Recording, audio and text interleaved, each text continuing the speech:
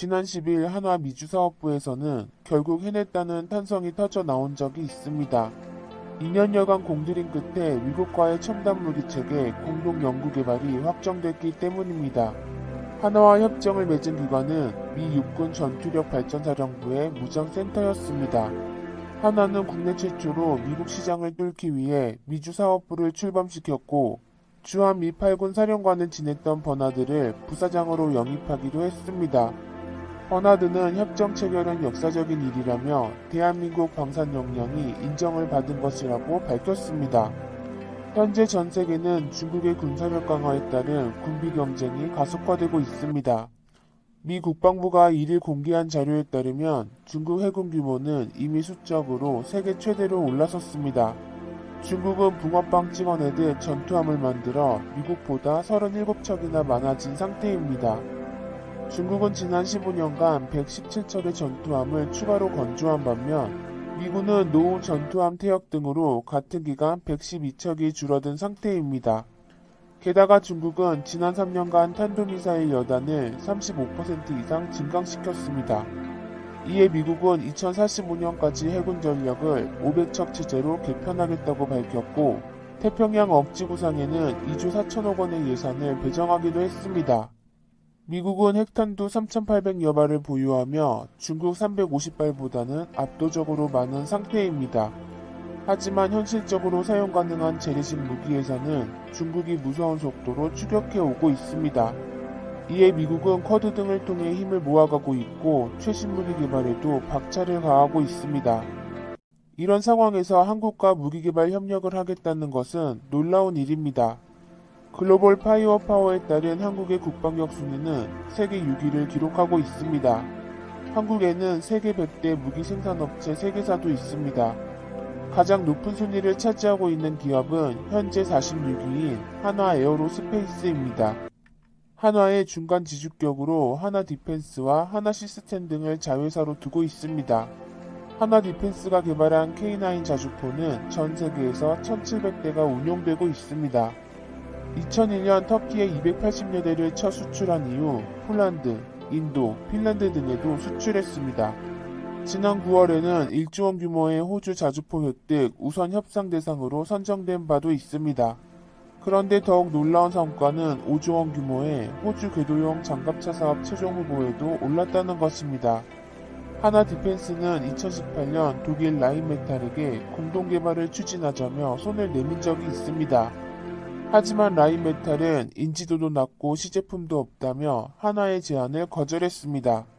한화는 포기하지 않고 기술력을 높여 현재는 독일 라인메탈과 최종 선정을 두고 경쟁을 펼치고 있습니다.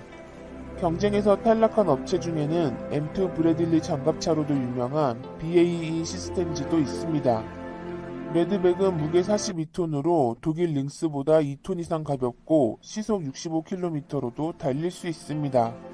앞 내장식 유기압 현수 장치를 사용해 장갑을 덧댈 필요도 없습니다. 여기에 고무궤도까지 탑재해 소음과 진동을 70%나 획기적으로 감소시킬 수 있었습니다. 파워팩은 K9 자주포에 적용된 것을 그대로 가져왔고 이스라엘 엘비카도 협력을 진행하고 있습니다. 그리고 레드백에는 3대 항공기 기술까지 탑재되어 있습니다. 아이언 피스트와 아이언 비전, 상태 감시 장치가 추가된 것입니다. 아이언 피스트는 대전차 미사일 등을 A사 레이더와 적외선 탐지기로 미리 포착해 유격하는 체계입니다. 레드백 시제품 3호기는 지난 18일 마산항에서 선적돼 호주로 출발했습니다. 지난 7월 호주로 보내진 1, 2호기와 함께 2월부터 본격적인 시험평가를 받을 예정입니다.